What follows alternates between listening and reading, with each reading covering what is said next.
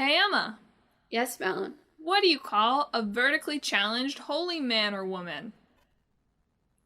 I don't know. What do you call them? A short saint.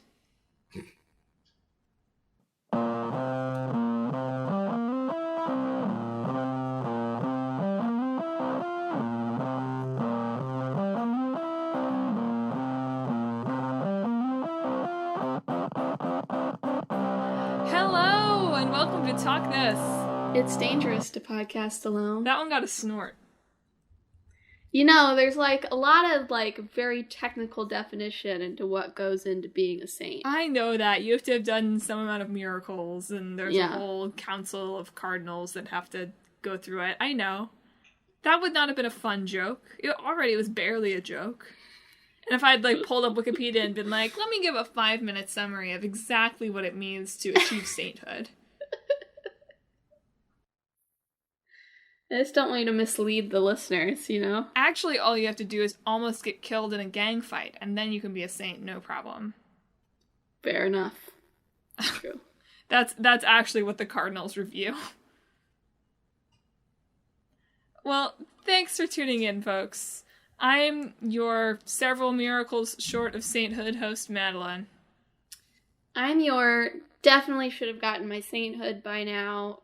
Can you please decide, Cardinals? Host Emma. It's probably just delayed, in the mail right They now. can't meet right now. They haven't sent your official pin. And this week, as maybe you guessed from the joke, it was maybe a little less obvious than it sometimes is. But we're talking about Saints Row and A Short Hike. I mean, a lot of times you just literally say the name. I know, literally, I'm just Bomber Man, The Last of Us. Exactly. But if you say it in that tone, it's a joke. you got it. That's the key. I've cracked comedy. So let's start off by talking about Saints Row, shall we? Let's do it. That is our old game. So Saints Row is a 2006 action-adventure, third-person shooter, sandbox game from Volition, originally published by THQ, now Deep Silver. Mm-hmm. That was the first Saints Row, and it's had sequels that came out in 2008 and 2011 and 2013.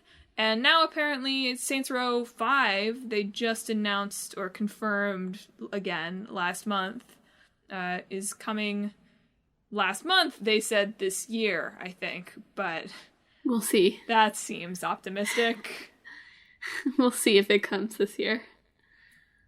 Amazing that they still said that last month, though.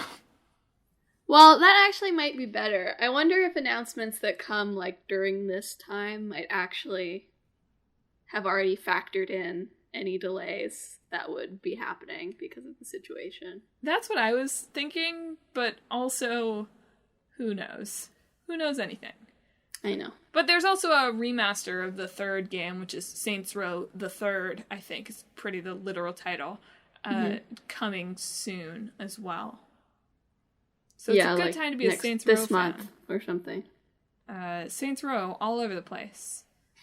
Only after buying and finishing A Short Hike did I realize I could have bought Saints Row 2 for only $10 and played it on my Mac. But I wonder if it would have run on your Mac very well. That's a good question. I mean, it's a 12-year-old game. So we would hope, right? We would hope my Mac, they sell a Mac version. So we would sure hope that my laptop, which granted is 3 years old, but still that makes it 9 years older than the game. We'd hope it would run. Yeah. I know you have no faith in my Mac. I have no faith in any PC that isn't $1,000. Fair enough. My computer cannot run anything. So Saints Row is an Xbox game originally released for Xbox 360. Weirdly, it was announced as a PS2 game when it had the title Bling Bling, which, boy, I wish they had gone with that instead. But eventually it actually came out as the Xbox 360 game. The first one, I think, only on Xbox, and then from then on, it was all actually, it also came out on smartphones. Yeah, right, of course. And not even like later, like a couple days after the Xbox 360 version came out, it came out on smartphones. That's so funny. I know. I was looking at that. I was like, that seems weird. Ahead of their time. Sure. Yes, in the mobile version, you just have to match up lines of gangsters. And they, like, explode into PG-13 humor shapes when you've lined up 5 in a row. Uh-huh. I'm trying to make a Candy Crush reference. I got it, yeah. Thanks. Anyway, in the real Saints Row, not the imaginary mashup with Candy Crush that I just invented, a bonus mashup for you here in the first 10 minutes of Talk this week. It's set, the first 2 games are set in fictional Stillwater, Michigan, aka Detroit, but also Chicago and Baltimore, and like any other kind of very urban city that you want to pull from has been cited as influence, but especially Detroit. Where you are just an average dude, but you get inducted into the 3rd Street Saints after they save your life in some kind of gang violence-related incident. And then you work with the 3rd Street Saints to take out the other rival gangs in the city to become the king of the block. Yeah, compared to where, like, Saints Row 4 goes, oh my God. The original is very straightforward. I was reading the summary of it. I was like, where did this come from?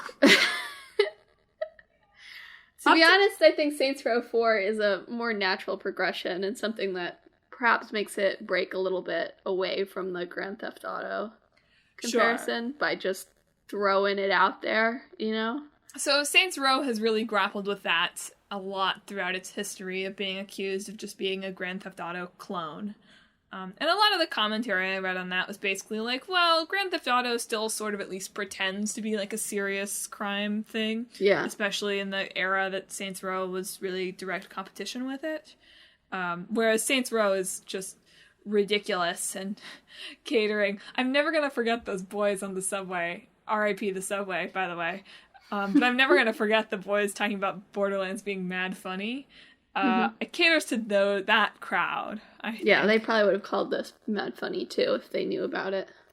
And that Saints Row definitely has what one site described as puerile humor, which I was like, you're above this, aren't you? Yeah, as someone who has never played either game series, that has always been my impression, that they're both kind of juvenile, but Grand Theft Auto has like pretensions of being sort of more serious, whereas Saints Row doesn't even really pretend about being anything more than it is. Which, you know, there's a certain thing to respect in that, I think. No, they know the game they're making, and certainly by Saints Row 4, they really made that game. Yeah. Yeah. And somewhere on that continuum is, like, Just Cause, right? Yeah. Somewhere they've, like, taken a spike up in, like, ridiculous action, and then, like, over here is, like, jokes for people. I started to say the word and I was like, this is a clean podcast. Over here is jokes, and over there is Grand Theft Auto. Yes, we only make thinly veiled euphemisms on this podcast. Exactly, you're right. Anyway, as this member of the 3rd Street Saints in the first game, which is, I guess, not the only game anymore. I guess Saints Row 2 also falls into our 10-year-old bucket. But in the first game, like, you're doing a good job as a gang dude. You get promoted to lieutenant. Sure, I don't know how the rankings work in fictional gangs. I imagine they're pretty similar to military, which, again, I don't really know what lieutenant is on that either, so that's not very helpful. It sounds impressive. It's hard to spell.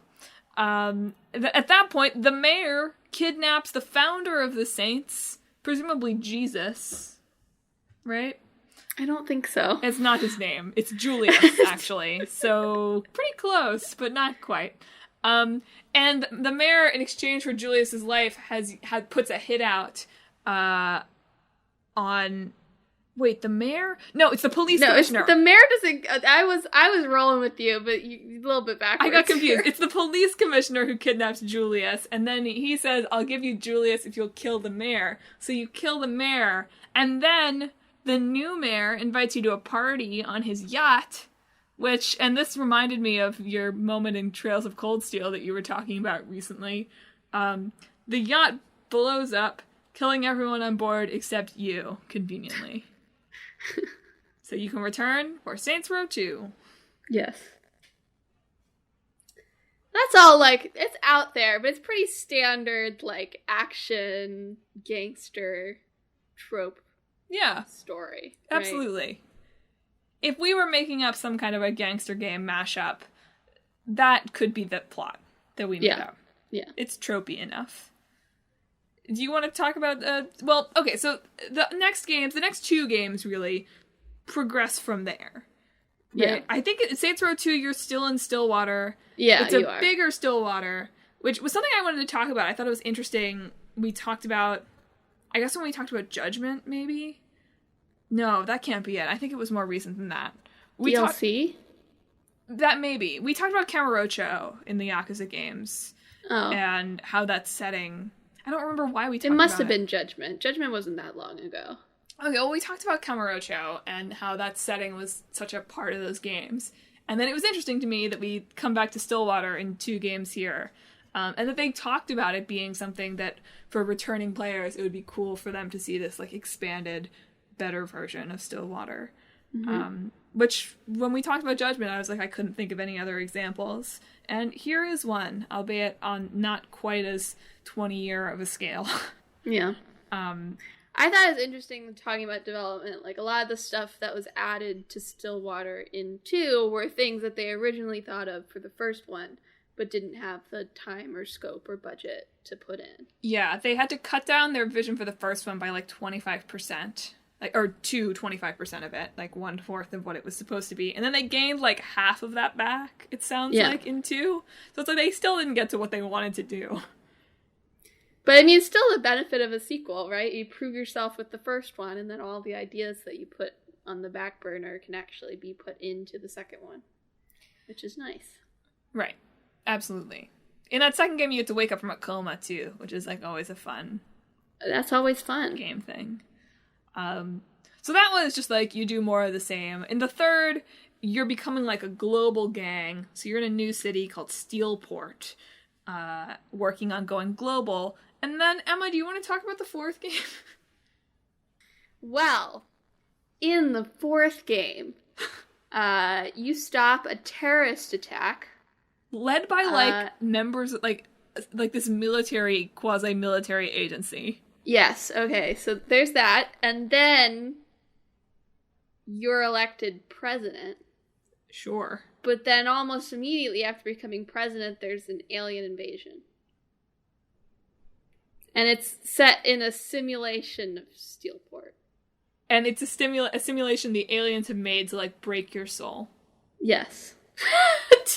I read this, I was like, did the Destroy All Humans synopsis get dropped here? Like...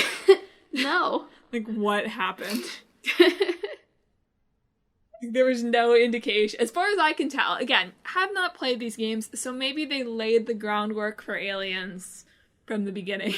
It's possible, you know. But it could be. Just in reading about these games, it feels like it comes out of nowhere.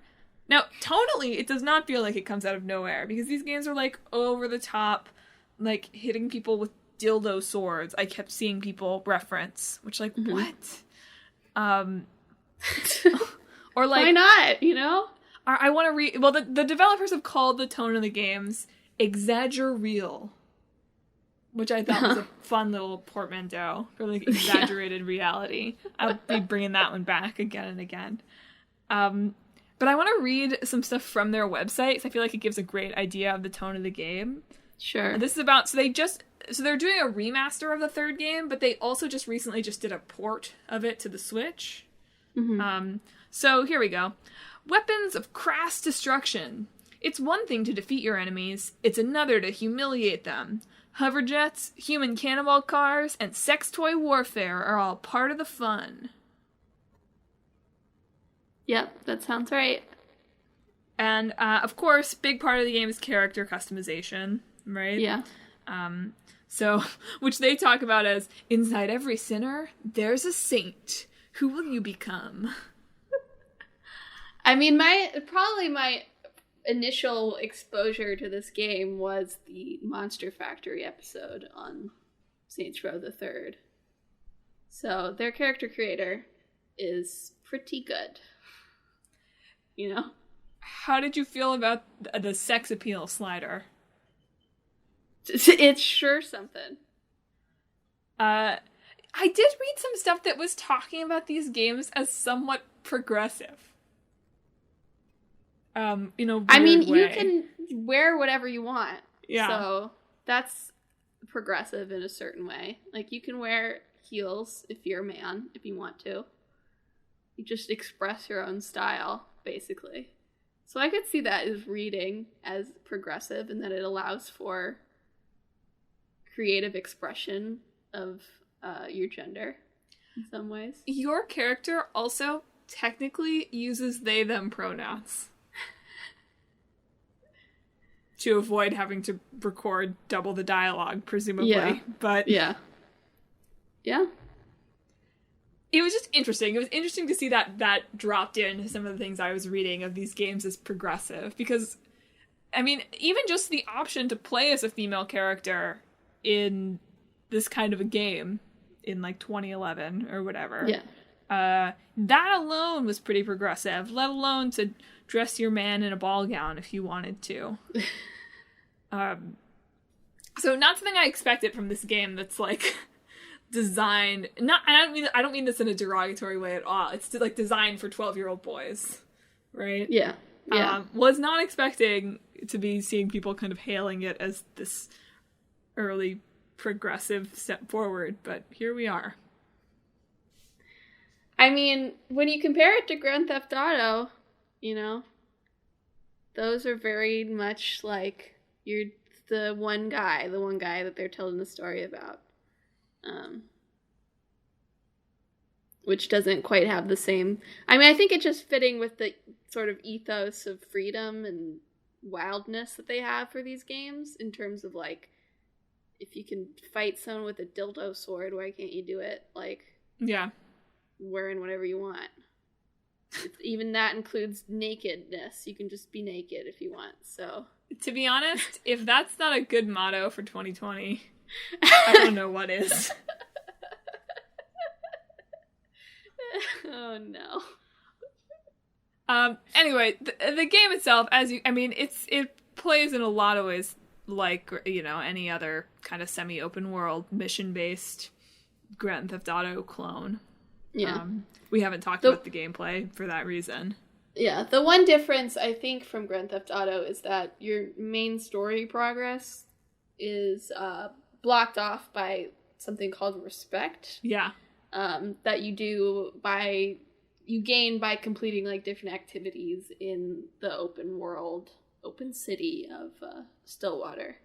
So it encourages you, like, all the games encourage you to participate in the sandbox aspect, all people in the Grand Theft Auto tradition or whatever. But in this, it pretty much requires you to do a lot in the sandbox world, as opposed to just gunning through the main story, because you have to gain that respect before you can keep going. It also has local co-op. At least some. It also has online multiplayer, that too. For all types of friendships. Yeah. Any friendship you've got. This felt like the kind of game when I started, like, I was just, like, barely starting to research it. It felt like the kind of, like, I was expecting it to be like Just Cause, where it's like, it did okay, but not great. Mm-hmm. But, like, man, Saints Row has sold. Yeah. Like, the first game has sold, like, 2 million copies. The whole series, and, like, this was as of, like, 5 years ago, has sold 13 million copies. I'm just not plugged into Xbox Life. I mean, it's doing well enough to port to the Switch and get a remastered version of its third game, so that's always a somewhat good indication that it's at least got a following, you know? How do you think they'll top Saints Row 4 in Saints Row 5? Just you, outer space. Outer space gangs. You don't think they'll do a hard reset? I think it could go either way. I think it could either go we're going to go even bigger and it's like Space Gangs, or we're going to go really small. Yeah, and I'm not sure. Could be either. You're right. But if it goes really small, it'll probably be a gritty remake, and that won't work. Like, yeah. Listen to me. Volition. The game is coming out this year, so it's too late. But don't do a gritty, small-scale reboot. That's Grand Theft Auto. I'm sure they won't. They seem to know what they want to do with this series. And I was going to say, even though Aliens is, like, a big step up, like, the third game does introduce, like, conspiracies and, like, worldwide organizations. So it does make sense that it then took it even bigger.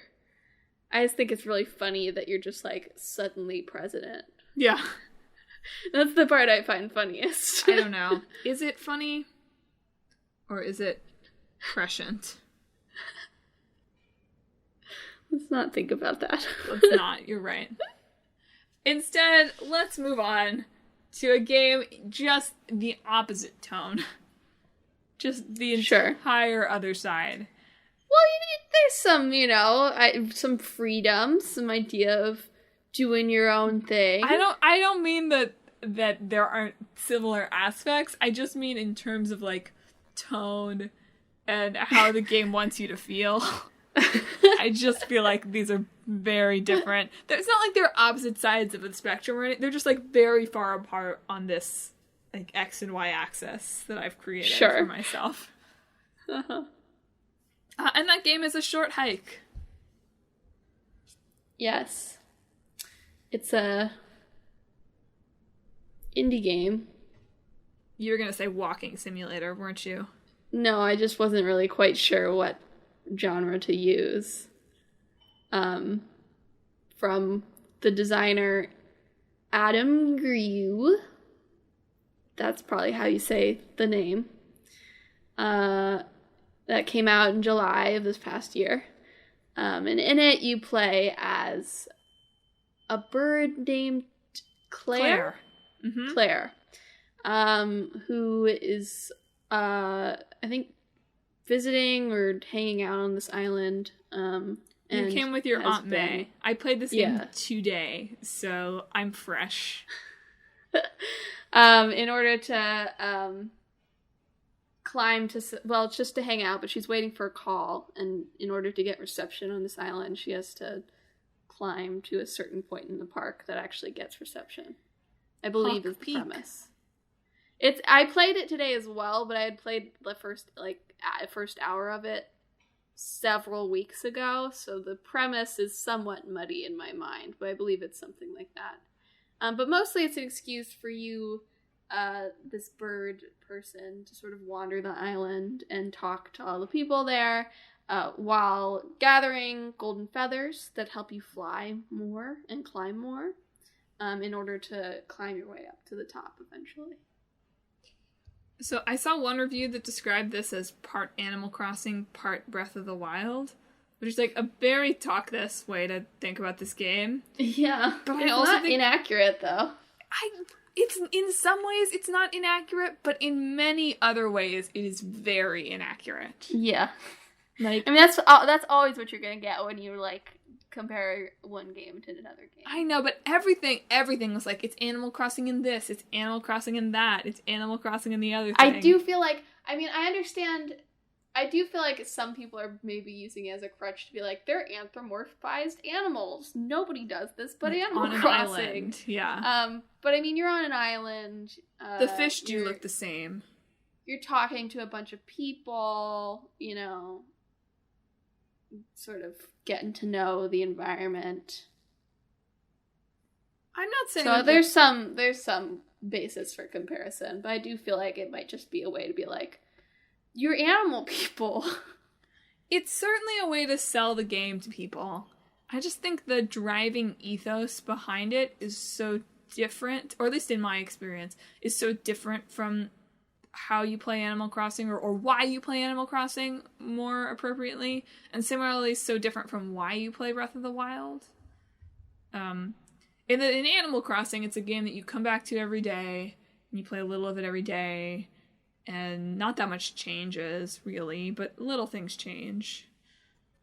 Whereas Breath in the Wild is all about kind of losing yourself in the exploration, I feel like. And in many ways, this was the kind of open world type game that I can actually get into. Yeah, because it's so small. Exactly. And even though, you probably hate this, but even though there's not any kind of a quest log or anything like that, it's small enough that I can't really get lost. Yeah. I mean, the lack of a quest log does annoy me a little bit, but it's not too bad, in that the quests are relatively straightforward. I've forgotten how to fish. So I couldn't do anything for that guy on the boat, because I was like, maybe you gave me this, but I don't know how to fish, man. So I played the game for like 2-ish hours today in preparation for the podcast, which, by the way, is all the time you need to play the game. You probably could extend this to like a 4-hour game if you did all. I looked a little bit at some of the achievements after I kind of finished up. If you did all the fishing, which, by the way, I wrapped up my playthrough with 19 of the, I guess, 22 feathers, but not the fishing rod. Did not ever find the guy who was supposed to give me the fishing rod. Yeah, there's some guy on the boat who gave me, I think he's given me bait, but I don't have... Yeah, so the guy on the boat told me, go find my friend, he'll let you borrow his fishing rod. But then I had never run into the fishing rod guy. So I never fish. Which is fine. I'm glad at least I didn't just totally forget how to do it. And it's just I haven't found the right person yet.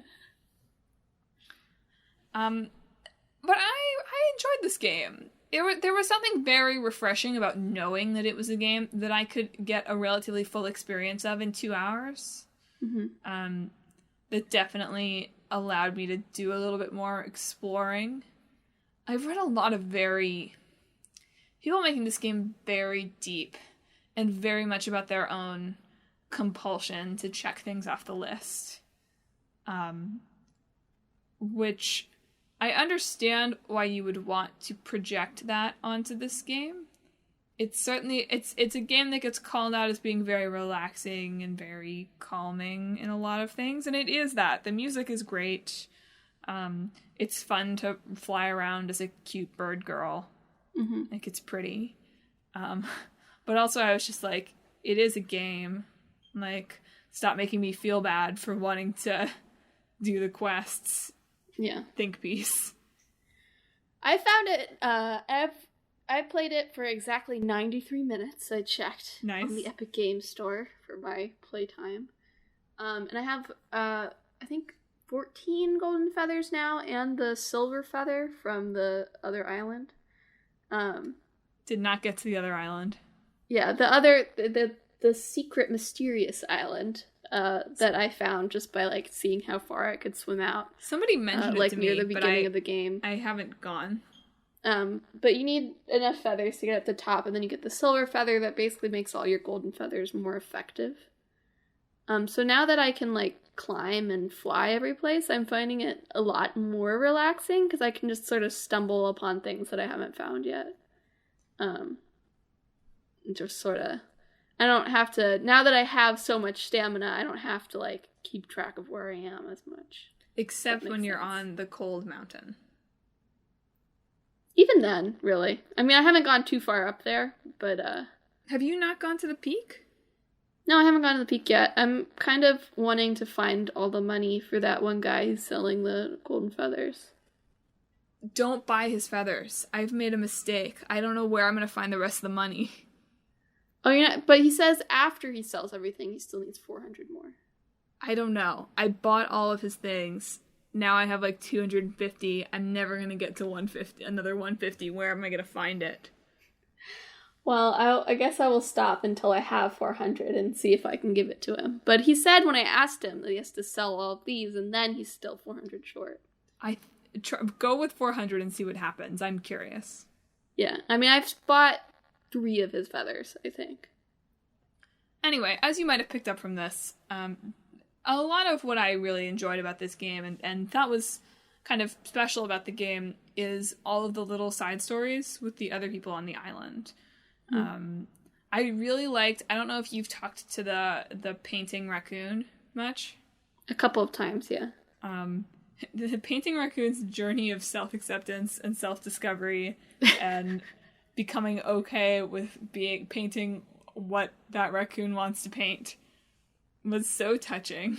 Uh-huh. And I've loved this kid on the beach who I gave a toy shovel to. I've loved watching him become the seedy politician we all knew he could be of his sandcastle province. Yeah, he just lost the election for me. I think he's gonna have another one. The fake election that he's running. He came in third. And the, not to spoil, but the top of the peak and what the phone call actually turns out to be is it's simple. Right? I appreciate this for telling a story that can be told effectively in just an hour or so. Mm-hmm. But it was nice, and it was quite beautiful in its kind of pixely art style up on the top of the peak. And then I ruined all the stress relief for myself by racing Avery up the mountain 20,000 times until I won. I only raced her once. So you did the race to, like, the top of the roof, the top of the building, right? Yes, I lost by about 2 minutes, I would say. Right. So I did that again eventually, and I did win. But then once you've made it to the peak, apparently there are a bunch of other courses that Avery will let you run. And it took me 1,000,000 tries to beat Avery to the top of the mountain. Just 1,000,000.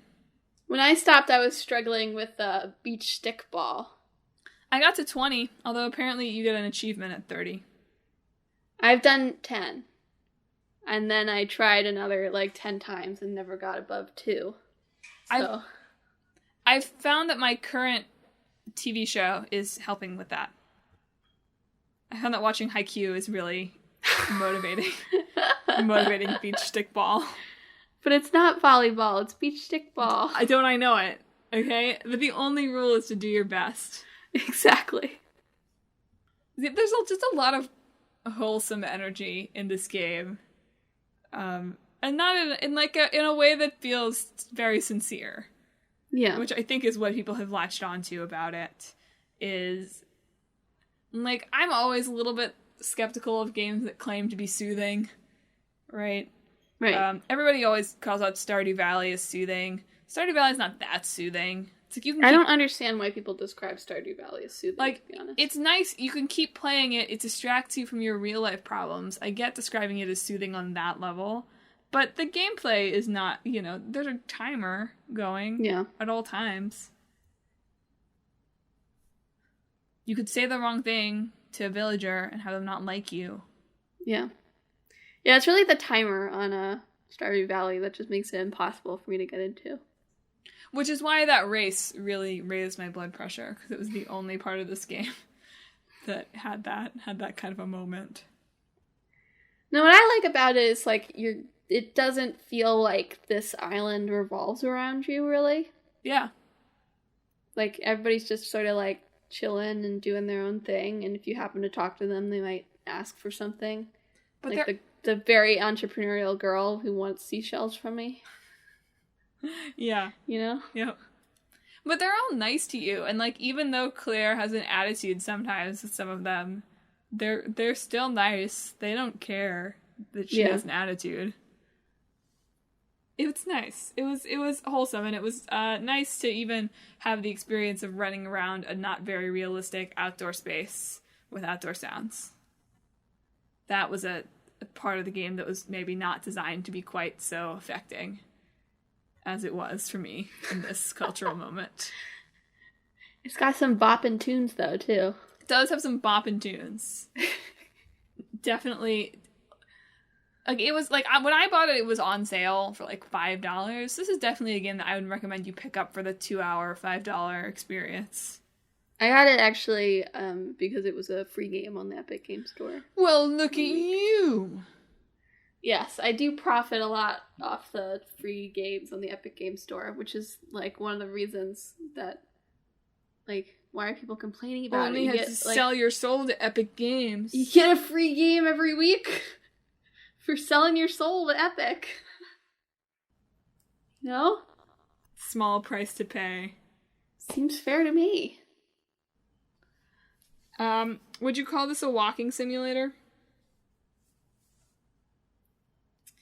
I mean, it kind of is, but it kind of isn't. I feel like it's such a derogatory... It's not derogatory, but it just gets slapped on any game that is sort of short and kind of pretty. Yeah, I mean, it feels more kind of like... And Wikipedia describes it as an adventure game, and I think that's more accurate. You're going around talking to people, collecting things. You know. Yeah. You have items that you use, and you equip stuff, and... So...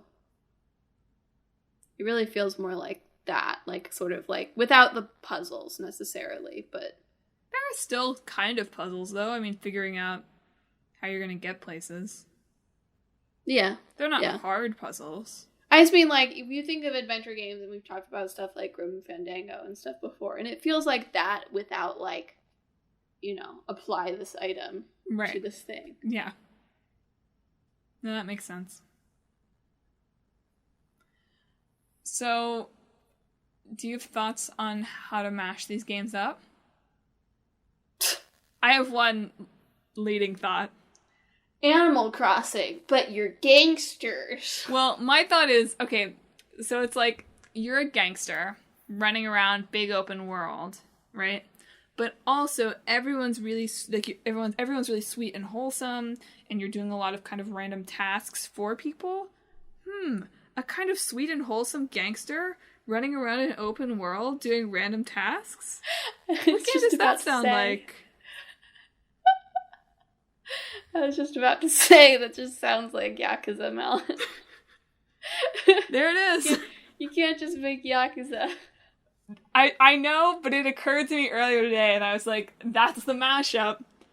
And not just because I've been playing a ton of Yakuza either. I think it No, I mean, that is pretty right. If you've got, like, the gangster spectrum, you've got, like, gritty gangsters, and then you've got juvenile gangsters, and then you've got the wholesome gangsters, and Yakuza is definitely on the wholesome gangsters. They can be a little juvenile sometimes. It's got, like, a sprinkle of the juvenile. Oh, sure, but in a wholesome way, yeah. You know? No, I know.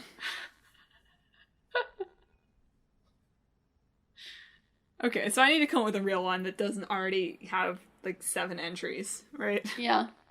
That's ideal. So the other way, as opposed to taking, like, you could be like, it's a short hike, but it's just like you're running around your little gangster hideout. I don't love using gangsters, to be honest, but I feel like it is necessary to some extent. Yeah, I mean, I feel like otherwise, it's like, you could be animal gangsters. How about that? Cat burglars. Cat burglars. That's what it'll be called, the cat burglars. Oh, no. And it's a, like, 3-hour game. You can go to your headquarters and to, like, the surrounding town. Like, you can run around, like, your turf. And I don't know what the equivalent of climbing Hawk's Peak would be, though. The big job. You've got to scale a skyscraper.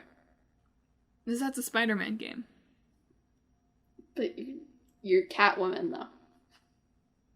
Okay, fair enough. That's DC. Who is the one in Spider-Man? The Spider-Man game? What? Who's the cat hero in the Spider-Man game? I haven't played it. Black Cat? I don't know, Emma. This is just Who's getting the embarrassing. Marvel version of Catwoman? I don't know. That's not helpful to me. Please stop embarrassing me. I don't know either.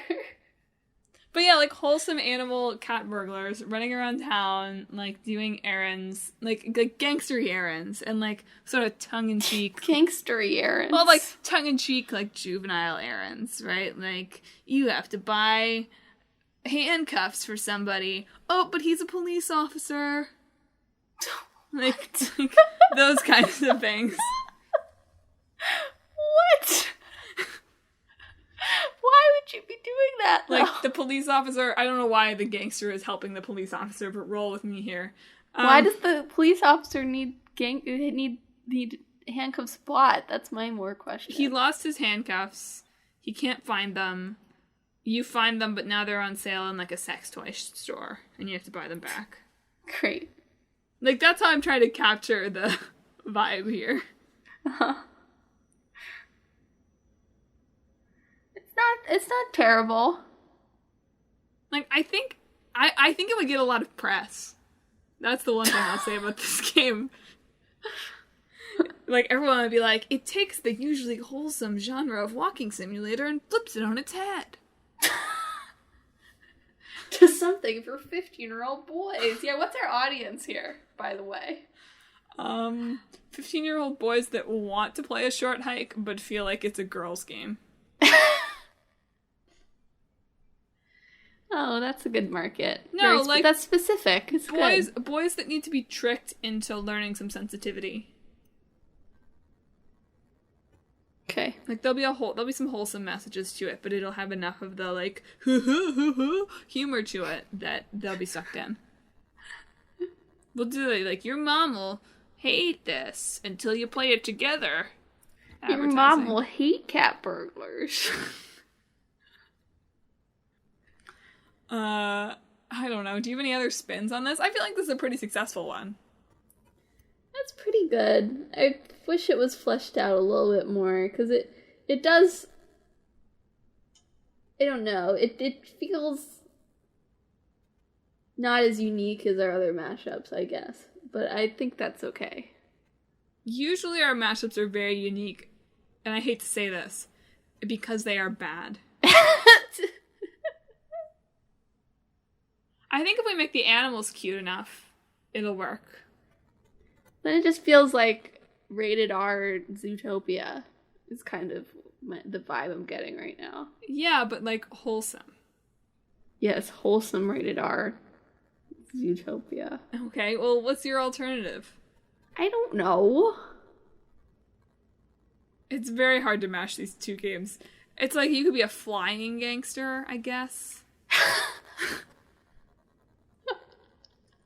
It's hard, because in Saints Row 5, your character suddenly sprouts wings and becomes an angel. You're like the animal president, and you have to walk around... Yeah, where do the aliens come in? No, I got it.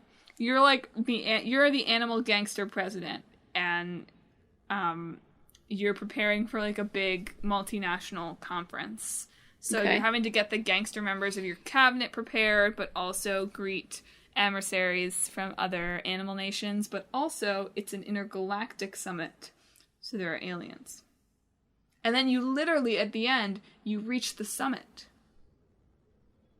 You have to climb there?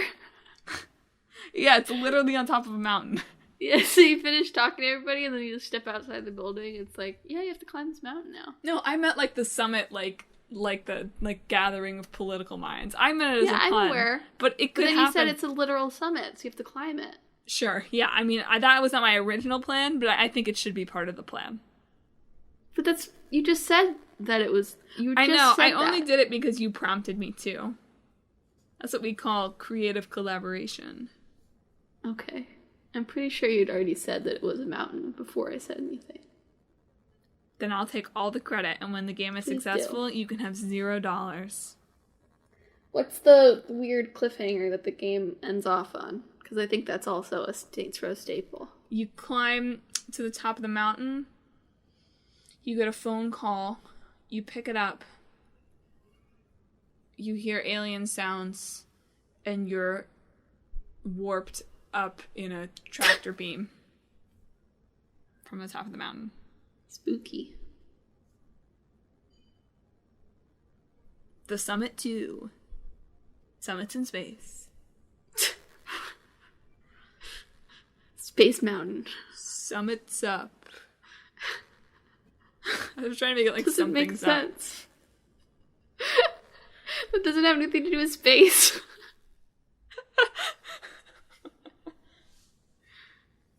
Oh, how about the summit? Double space.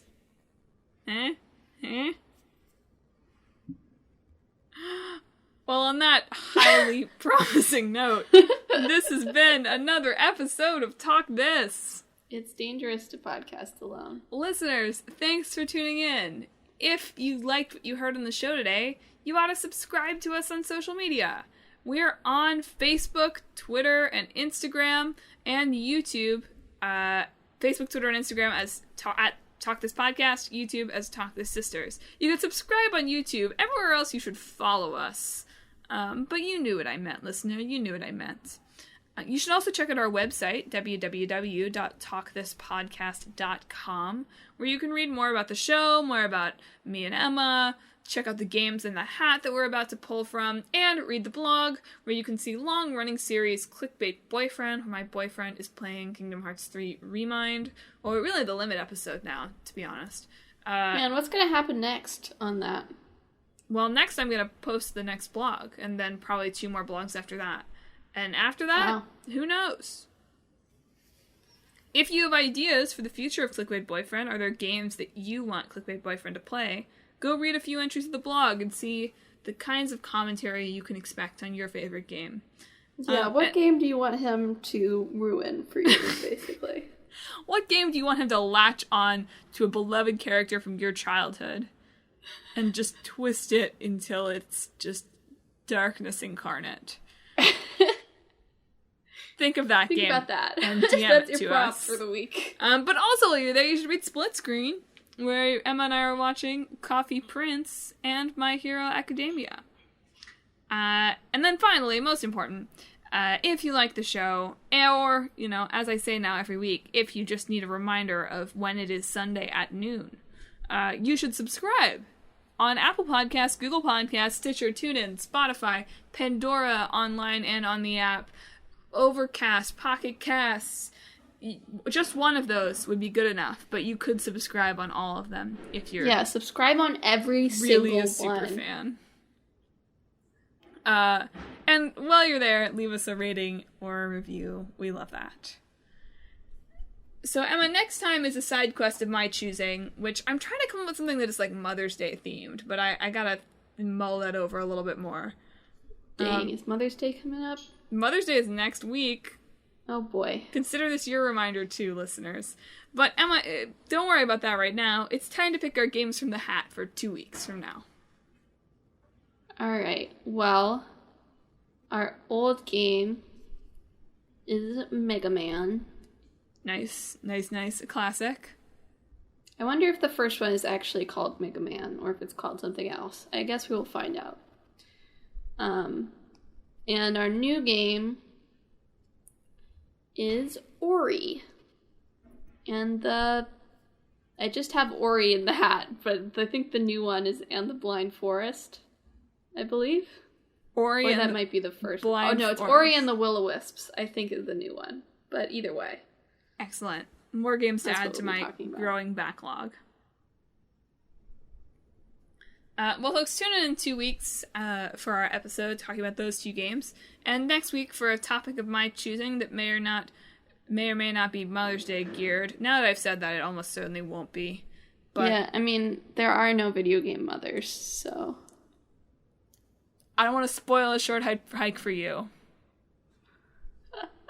But also, but she's not there. So it'll just be about video games missing mothers. We'll talk about her and Sora's mom for a full hour. Great. Perfect. Well, listeners, you can look forward to that. It's going to be an all-time great episode already, I can tell. But in the meantime, Emma, do you want to send them off with a smile? This week, you better keep your hikes short, man.